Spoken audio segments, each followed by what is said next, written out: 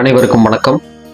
இன்னைக்கு நம்ம குல தெய்வத்தின் வழிபாட்டு முறை, குல தெய்வத்தின் பலன்கள், குல தெய்வத்தை எப்படி வழிபடுறது, இந்த மாதிரியான விஷயங்களை பத்தி இன்னைக்கு பார்ப்போம். ஒரு குடும்பத்துக்கு குல தெய்வங்கிறது ரொம்ப முக்கியமான ஒன்று. குலதெய்வ வழிபாடு தவறாமல் வச்சிருக்கிற எல்லா குடும்பத்திலையும் எல்லா வகையான நன்மைகளும், எல்லா வகையான செல்வங்களும், பொருளாதாரமும், உடல் ஆரோக்கியமும், உணர்வு ரீதியான ஆரோக்கியங்களும் இருந்துகிட்டே தான் இருக்கும். ஒரு பரம்பரையுடைய மொத்த விளக்கங்களும் தெளிவுகளும் ஒரு குலதெய்வத்துக்கிட்ட தான் இருக்கும். உங்க குடும்பத்தில் ஒரு பிரச்சனை அப்படின்னா அந்த பிரச்சனை ஒரு கர்மாவால தான் அது நடக்கும்.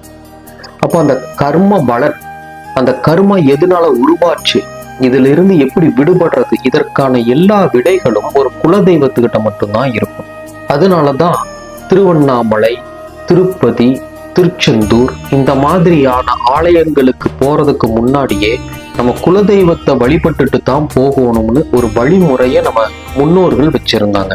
ஏன் அப்படி குலதெய்வத்தை வழிபட்டுட்டு இந்த மாதிரியான இடங்களுக்கு போகணும் அப்படின்னா, நீங்க இந்த மாதிரி திருவண்ணாமலை, திருப்பதி, திருச்செந்தூர் மாதிரியான கோவில்களுக்கு போகும் பொழுது உங்களுடைய கர்ம பலன் வேகமா விடுபட்டு வெளியேற பார்க்கும். உங்களோட பொருளாதாரத்தை அதை மேம்படுத்துறதுக்கு எல்லா வகையான வழிமுறைகளையும் அது செய்து கொடுக்கும்.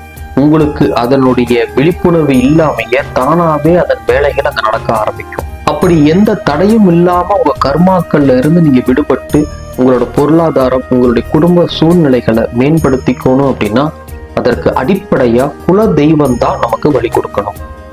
அப்படிப்பட்ட குல தெய்வத்துக்கிட்ட போய் நின்று மனதார பிரார்த்தனை பண்ணிக்கிட்டு அதுக்கப்புறமா இந்த மாதிரி பெரிய ஆலயங்களை நோக்கி போகும் பொழுது உங்களுக்கான தேவைகள் வெகு விரைவில் பூர்த்தி ஆகும்ன்றது ஐதீகம்.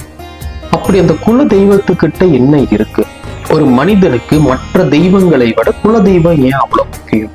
குல தெய்வம் அப்படின்னு பார்த்தீங்கன்னா, உங்க பூர்வீகத்துல, உங்க குலத்துல மூத்த குடியா இருக்கிற ஒரு தெய்வம் தான் பெண் தெய்வமோ இல்லை ஒரு ஆண் தெய்வமோ தான் உங்களுக்கு குல தெய்வமா அமைஞ்சிருக்கும். உங்களுக்கான குலம் உருவாகும் பொழுதே அந்த குலத்தை உருவாக்கப்பட்டவர்களாலவோ இல்லை அந்த குலத்துல வாழ்ந்து தெய்வமா மாறின ஒரு மானிட பிறப்போ உங்களுக்கு குல தெய்வமா அமைஞ்சிருக்கும். அப்போ உங்க பரம்பரையில இருக்கிற எல்லா கர்மாக்களும் அந்த தெய்வத்துக்கிட்ட அடைக்கலமாயிருக்கும். உங்களுக்கு ஒரு தடை இருக்கு அப்படின்னா அந்த தடைக்கான விளக்கம், அது எந்த கர்மானால உங்களுக்கு இந்த தடை உருவாகி இருக்கு, உங்களோட பூர்வீக பரம்பரையில என்னவெல்லாம் நடந்திருக்கும், ஏன் இந்த தடை உங்களுக்கு உருவானது அப்படிங்கிறதுக்கான விளக்கங்கள் உங்க குலதெய்வத்துக்கிட்ட தான் இருக்கும்.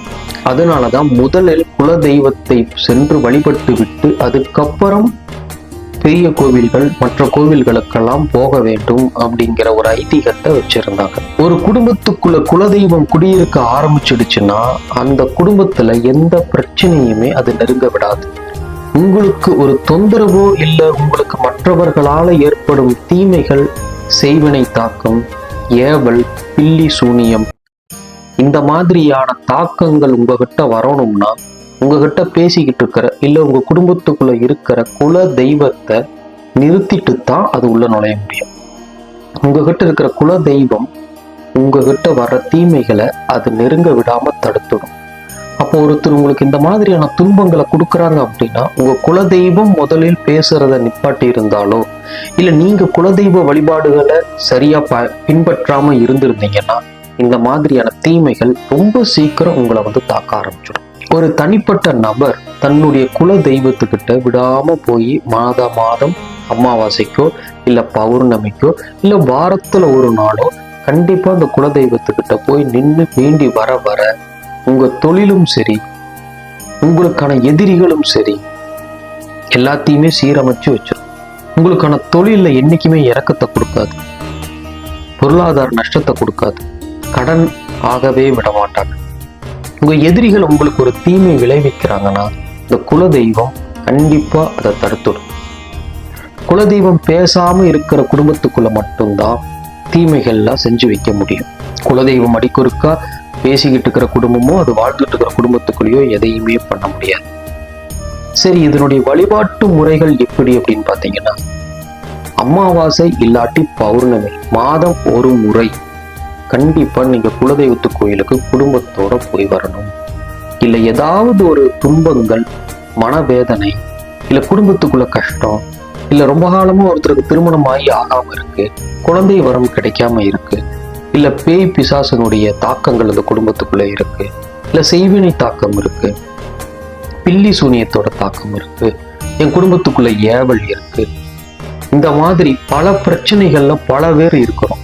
இந்த மாதிரி பிரச்சனைகள்ல இருக்கிறவங்க 3 நாள் தொடர்ச்சியா அந்த கோவில்ல போய், உங்க குலதெய்வத்து கோயில்ல போய் படுத்திருந்தீங்கன்னா, இல்ல உங்க குலதெய்வத்து கோயில்லையே இருந்து வழிபட்டு வந்தீங்கன்னா, அங்க வர்றவங்களுக்கு உணவு பரிமாறி அன்னதானங்கள் செஞ்சு உங்க குலதெய்வத்து கோயில இருந்து வந்தீங்கன்னா 3 நாட்களுக்குள் அந்த பிரச்சனைக்கான தீர்வை உங்கள் குலதெய்வம் உங்களுக்கு உணர்த்திவிடும். ஒவ்வொருத்தருக்கும் இந்த குலதெய்வங்கிறது அவ்வளவு முக்கியமான சிறப்பு மிகுந்தது. உங்களுடைய எல்லா பிரச்சனைக்கான தீர்வும் அங்கதான் இருக்கு. மாதம் ஒரு முறை இல்லையா, ரொம்ப பிரச்சனைகள் தலை தூக்கும் பொழுது 3 நாட்கள் அல்லது 2 நாட்கள் அந்த குலதெய்வத்து கோயில தங்கி வந்தீங்கனாலே உங்க பிரச்சனை தீர்ந்துடும். இன்னும் உங்க குலதெய்வம் உங்ககிட்ட பலமா இருக்கணும்னு நினைச்சீங்கன்னா, வெள்ளிக்கிழமை ஒரு வெற்றிலையில உங்க குலதெய்வத்தினுடைய பேர் எழுதி அதுல ஒரு மஞ்சள் கிழங்க வச்சு, ஒரு மஞ்சள் நூலில் அதை கட்டி, அதுக்கு மேல ஒரு சந்தனம் குங்குமம் பொட்டு வச்சு உங்க பூஜை அறையில வச்சு தினமும் காலையில அதை வழிபட்டு வாங்க. மறுபடியும் அடுத்த வெள்ளிக்கிழமை அன்னைக்கு அந்த வெத்தலையும் அந்த மஞ்சளையும் கொண்டுட்டு போய் ஒரு ஆத்துலேயோ குளத்துலேயோ அந்த மாதிரியான நீர் நிலைகள்ல விட்டுட்டு மறுபடியும் புதுசா ஒரு வெத்தலையில பேர் எழுதி மஞ்சள் கிழங்க வச்சு அதுல ஒரு நூலை கட்டி மஞ்சள் குங்குமமோ சந்தன குங்குமமோ வச்சு பூஜை அறையில வச்சு விளக்கு போட்டு தினமும் சாமி கும்பிட்டுவாங்க. எல்லா வெள்ளிக்கிழமைகளிலும் தவறாம இந்த வேலையை செஞ்சு வந்தீங்கன்னா, நீங்க குலதெய்வத்து கோயில்ல போய் கும்பிடுற பலன் உங்களுக்கு முழுமையா உங்க வீட்டிலேயே கிடைக்கும். குலதெய்வத்தினுடைய படத்தை வீட்டுல வச்சு சாமி கும்பிடலாமான்னு ஒரு சிலர் கேள்வி கேட்பீங்க. கண்டிப்பா கும்பிடலாம். குலதெய்வத்தினுடைய படத்தை நம்ம வீட்டுல வச்சு கும்பிடுறதுனால அந்த தெய்வத்துக்கும் நமக்குமான உணர்வு ரீதியான பிணைப்பு ரொம்ப அதிகமாயிடும். அவங்க ரொம்ப மன திருப்தியா சந்தோஷத்தோட நம்ம குடும்பத்துக்குள்ள வாழ ஆரம்பிச்சிடுவாங்க. குலதெய்வத்தினுடைய படத்தை வீட்டுல தாராளமா வச்சு கும்பிட்டுக்கிட்டு வரலாம். அதுல எந்த தப்பும் வந்துடாது. அது தெய்வம், நம்ம குலத்தை காக்கிற தெய்வம். அப்படி குலத்தை காக்கிற தெய்வத்தை நம்ம வீட்டுல வச்சு கும்பிடுறதுல என்ன தவறு வந்துட போகுது? ஒரு தவறும் வராது. தாராளமா குலதெய்வத்தினுடைய படத்தை வீட்டுல வச்சு மனசார தினமும் அதற்கு விளக்கு போட்டு சாமி கும்பிட்டு வந்து பாருங்க. இன்னமும் அந்த குல தெய்வத்துக்கு தினமும் காலையில படையல் வச்சு மனசார கும்பிட்டு வந்து பாருங்களேன், பொருளாதாரத்துல மேம்பட ஆரம்பிச்சிடுவீங்க. இன்னமும் அந்த குல தெய்வத்துக்கு தினமும் காலையில படையல் வச்சு சாப்பாடு, நீங்க வீட்டுல உங்களுக்கான சாப்பாடு என்ன பண்ணியிருந்தாலும் சரி, கண்டிப்பா வெஜிடேரியனா தான் இருக்கணும். என்ன பண்ணியிருந்தாலும் சரி. இன்னும் ஒரு சிலர் தனியா அம்பாளுக்குன்னே காலையில எந்திரிச்சோடனே ஒரு சக்கரை பொங்கல் வச்சு அவங்களுக்கு படையலை வச்சுட்டு தான் மற்ற வேலையை பார்ப்பாங்க. இந்த மாதிரி செஞ்சுக்கிட்டே வந்தீங்கன்னா இன்னமும் உங்களுக்கு பொருளாதாரமும் சரி, குடும்ப சூழ்நிலைகளும் சரி ரொம்ப பலமாக ஆரம்பிச்சிடும். அனைவரும் குலதெய்வத்தை மனதார வேண்டி குலதெய்வத்தின் அருளுடன் ஆசையுடன் ஆரோக்கியமாகவும் ஆனந்தமாகவும் வாழ வேண்டும் என்று வேண்டிக் கொண்டு என்னோட சேனலை சப்ஸ்கிரைப் பண்ணிக்கோங்க, பெல் பட்டனை கிளிக் பண்ணி வச்சுக்கோங்க. இன்னும் இந்த மாதிரி சுவாரஸ்யமான வீடியோஸ் நிறைய வரப்போகுது. எல்லாத்தையும் பார்த்துக்குங்க. பார்க்கறத நல்லா உணர்ந்து பாருங்க. நன்றி, வணக்கம்.